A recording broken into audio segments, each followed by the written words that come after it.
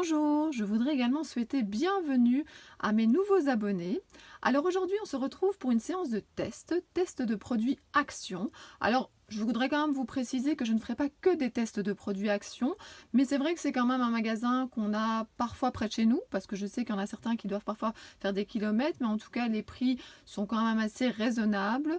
Maintenant, moi, je voudrais quand même vous dire quelque chose. Je suis persuadée que pour faire du bon scrap, un mélange de produits Action et de quelques produits aussi de magasins classiques, de sites internet, c'est quand même l'idéal. Donc c'est de trouver chez Action ce qui nous permet de faire des économies, mais de également quand même acheter à côté des produits qui peuvent compléter.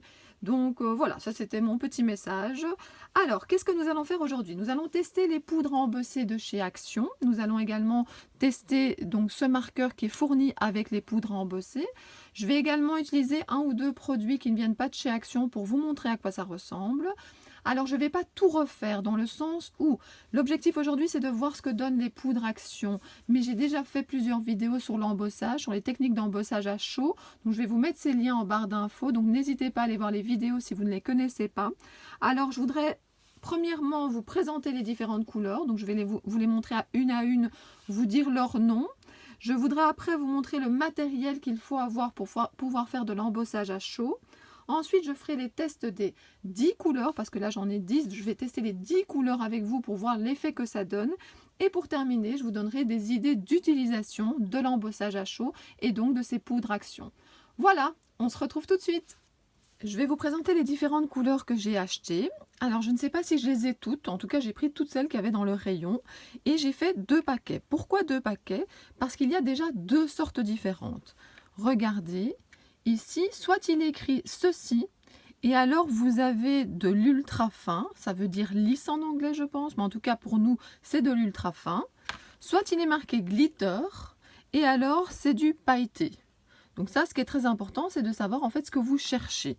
Alors, en couleur, qu'est-ce que j'ai? J'ai paillettes d'or ultra fine. J'ai ici bleu ultra fin. J'ai rose or ultra fin.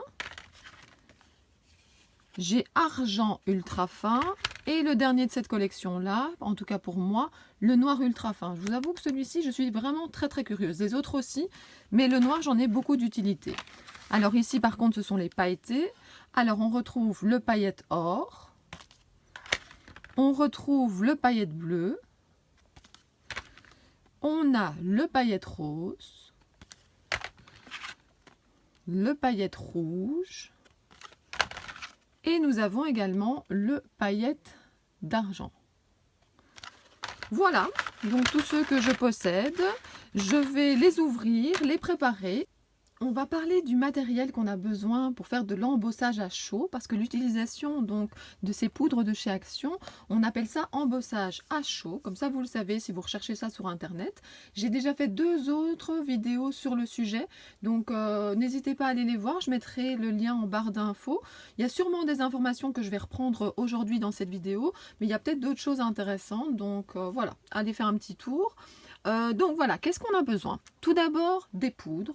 Celles-ci sont celles de chez Action. Alors, si vous me suivez déjà depuis quelques vidéos, en fait, moi, ce que j'aime bien, c'est trouver très rapidement un rangement. Donc voilà, moi, j'ai décidé d'utiliser cette petite boîte. Alors, c'est tout juste, hein, en hauteur. Donc voilà, quand je la ferme, je dois même insister un petit peu, puis on entend le clips. Et c'est pratique pour les ranger. Malheureusement, je ne sais en mettre que 8. Mais dans ce cas-ci, c'est pas un problème parce que je vais mettre ça dans mon tiroir avec des poudres à embosser. Et ces deux-là, qui sont celles que je suis presque sûre que je vais utiliser le plus, vont aller dans un tiroir qui se trouve juste ici à côté de moi avec d'autres poudres à embosser que j'utilise très régulièrement parce que j'ai besoin d'avoir mon matériel, en tout cas celui que j'utilise très souvent, à portée de main. Sinon j'y pense pas, sinon j'ai parfois un peu la flemme d'aller le chercher. Donc voilà, je vais ranger comme ceci mon matériel. Alors avant de continuer, je voulais vous dire évidemment qu'il y a d'autres marques de poudre à embosser, vous verrez ça dans mes vidéos, mais surtout pourquoi je voulais vous en parler, c'est pour comparer en fait la taille du pot.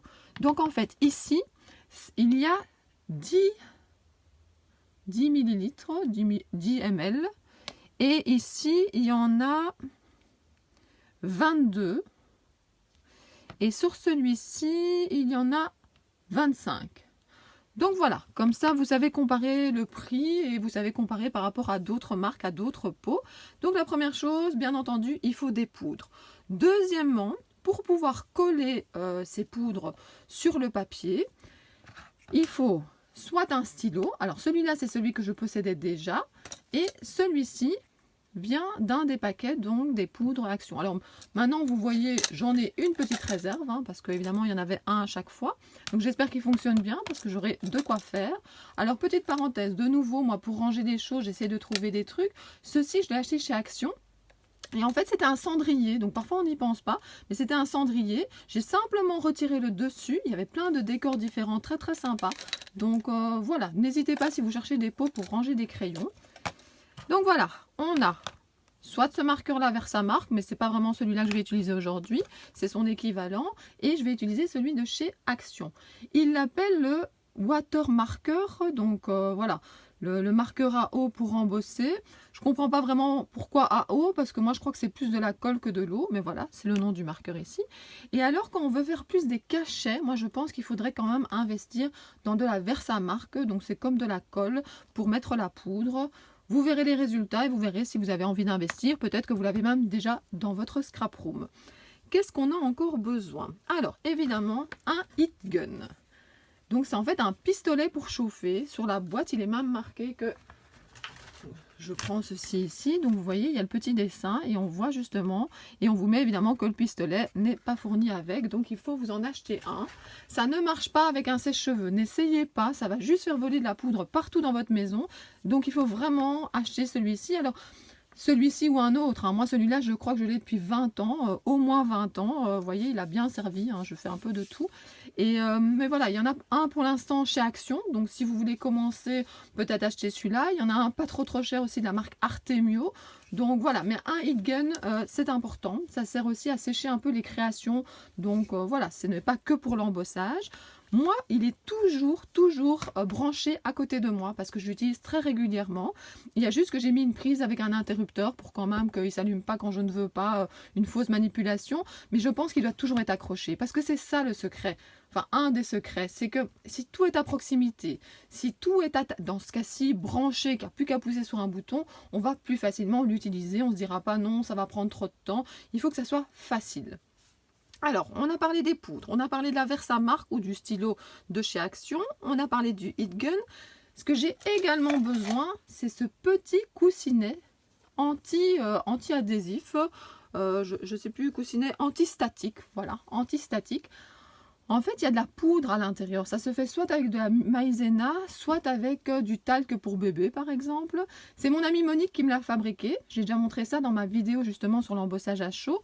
À quoi ça sert? En fait, on va tapoter ça sur le papier et ça va éviter à de la poudre à se mettre à des endroits qu'on n'a pas envie. Donc, si on fait un cachet, on met ça avant et donc la poudre ne va pas se mettre aux endroits qu'on ne veut pas. Bon voilà, c'est vraiment très pratique, je vous avoue, on s'imagine peut-être pas, mais moi quand j'oublie d'utiliser, eh ben, je vois directement dans ma création que c'est différent. Bon maintenant, si vous oubliez d'utiliser et qu'il y a de la poudre qui se met à un autre endroit, ce que vous faites, c'est que vous prenez un petit pinceau et vous retirez le surplus avant de chauffer, puisque chauffer, ça va faire fondre, et donc à ce moment-là, ça sera plus possible de l'enlever. Donc très important de bien vérifier si vous n'avez pas mis de la poudre à un endroit que vous ne voulez pas. Et pour terminer en termes de matériel, alors... j'ai ceci, c'est de la marque Carabel, c'est un tapis donc anti-adhésif que je mets pour que quand je chauffe, en fait, ça n'abîme pas mon tapis qui est en dessous. Ça marche aussi, alors vous n'êtes pas obligé d'acheter celui que je vous ai montré avant. Il y a également ceci, ce sont des que j'ai achetés qui sont en fait pour faire cuire des choses. En fait, ça vient du rayon cuisine, donc je ne sais pas le nom exactement, c'est peut-être feuille de cuisson, je ne suis pas sûre. Donc si quelqu'un peut mettre le renseignement en barre d'infos, enfin en commentaire plutôt, ça serait pas mal. Donc voilà, on a fait le point. Poudre, de quoi coller la poudre. Qu'est-ce qu'on a besoin d'autre? On a besoin, moi je vous conseille, c'est pas indispensable, mais si vous avez ceci, il y a des tutos sur internet pour le fabriquer, n'hésitez pas à l'utiliser. Évidemment, le heat gun pour chauffer, et puis alors protéger son plan de travail avec soit ce genre de tapis de cuisine, soit ceux qui sont prévus pour le scrapbooking. Donc voilà, on a le matériel, il n'y a plus qu'à tester. Je vous retrouve, il y a eu pas mal de travail pour tester toutes ces poudres. J'ai essayé en écrivant, j'ai essayé avec des cachets. Alors les cachets que j'ai utilisés, vous avez notamment sur cette planche de chez Action. J'ai pris la petite fleur ici. Voilà, je vais vous montrer. J'ai également pris d'une autre planche de chez Action. Ici, regardez le texte ici au-dessus, que j'ai mis sur un petit bloc. J'aime bien aussi quand il y a des lignes, ça permet de positionner sur la feuille, sur la page, c'est assez pratique. J'ai également pris une petite sorcière ici sur son balai de cette planche. Voilà, ben je vais vous montrer. Alors assez rapidement, parce que là j'ai laissé sur une grande feuille A3. Regardez tout ça.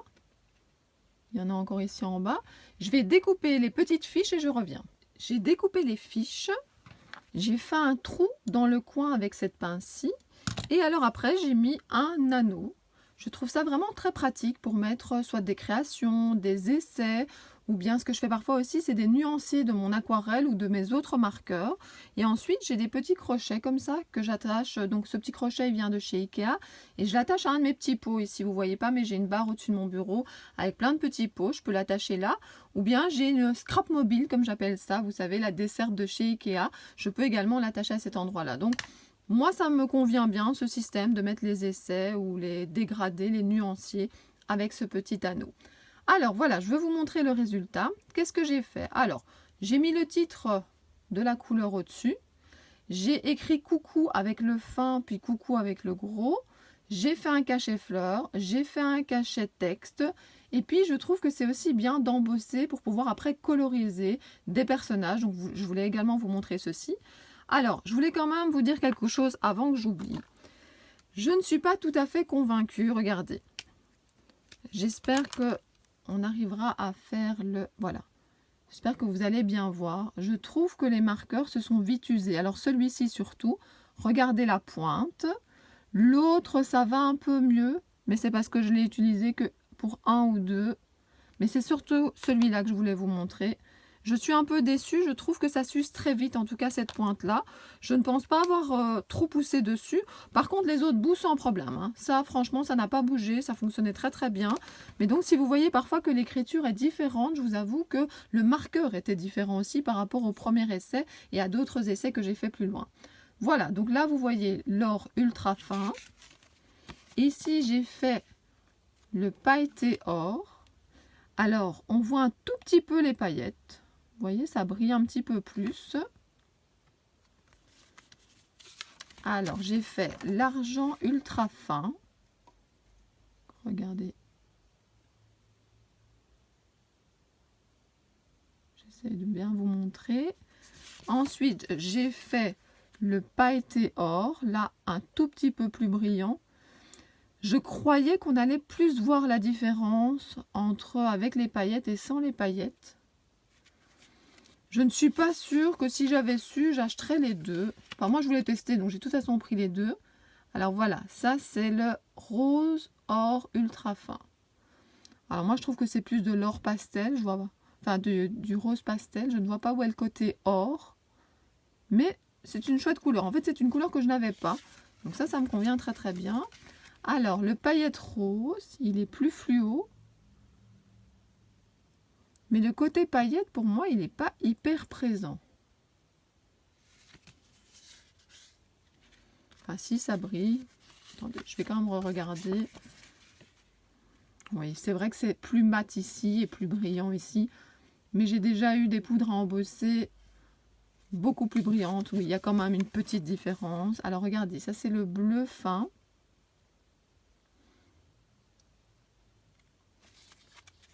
Qu'est-ce que j'ai encore testé?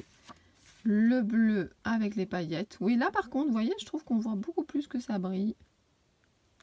Alors là, on voit qu'il y a un petit raté. C'est notamment quand j'ai essayé de frotter et que c'était pas encore sec. Donc à éviter. Et là, j'ai laissé les fautes exprès pour vous montrer. Là, par contre, j'avais pas assez chauffé. Donc à cet endroit-là, je l'avais pas fait. Donc quand j'ai pris après un petit pinceau pour être sûr d'enlever tout à la fin, et bien évidemment, là, comme j'avais pas chauffé, j'ai enlevé la poudre. Voilà, et alors j'ai encore le rouge.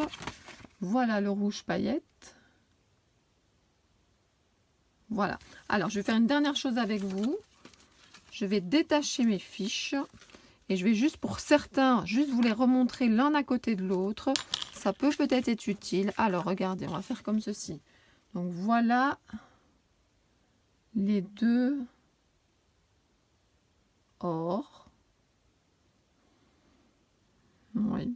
Je vous avoue que c'est celui-là que je préfère. Là, je vois pas vraiment le côté pailleté. Oui, ça brille un petit peu, mais là aussi, si on bouge. Donc, voilà. Je ne suis pas certaine, mais c'est mon avis personnel que c'est intéressant d'acheter les deux. Alors, voilà, je vous montre. Je penche un peu. De nouveau, moi, je choisirais le ultra fin. Pas forcément l'autre. Bon, pour les autres, vous avez vu. Hein, là, les couleurs sont fort différentes. Ici également, hein, c'est plus clair, plus foncé. Et évidemment, ceci, c'était pas du tout la même couleur. Donc voilà, ça c'est pour ce qui est test, donc avec les cachets, avec le feutre qu'il fallait essayer. Maintenant, je vais vous montrer d'autres idées. Je voudrais vous parler de 10 idées pour utiliser donc cette poudre à embosser. Alors, la première, regardez, j'ai pris une découpe de sapin. J'ai pris ici le marqueur, le côté que je vous ai dit qui s'usait moins. J'ai dessiné, j'ai mis sur l'étoile de la matière, de la colle, je vais appeler ça. Et puis j'ai mis la poudre et puis j'ai chauffé. Donc une autre idée, au lieu de faire des cachets, au lieu d'écrire, c'est finalement de rajouter de la couleur sur les découpes, pas sur l'entièreté des découpes, sur des petites parties. Donc voilà, rien n'empêche aussi de faire des boules de Noël dessus. Voilà, une idée. Une autre idée, faire un cadre. Donc là, j'ai pris une découpe, de nouveau, j'ai pris ce marqueur-là, j'ai fait un cadre, et puis j'ai mis la poudre, et puis j'ai chauffé. De nouveau, j'ai utilisé le côté fin du bic. Rien n'empêche aussi que sur une création, vous preniez une latte, vous tracez et vous embossez. Donc faire des cadres, faire des lignes. Une deuxième idée. Une troisième idée, donc j'ai pris ici une découpe de bocal. Ce que j'ai fait, c'est que j'ai utilisé l'idée précédente de finalement faire des cadres, de faire des bords. Mais j'ai également utilisé un pochoir de chez Action, dont j'ai fait une vidéo si vous ne l'avez pas encore vu. Et j'ai pris de nouveau ce marqueur-là, le côté fin. Hein, donc il y a le côté fin ici qui ne s'use pas trop.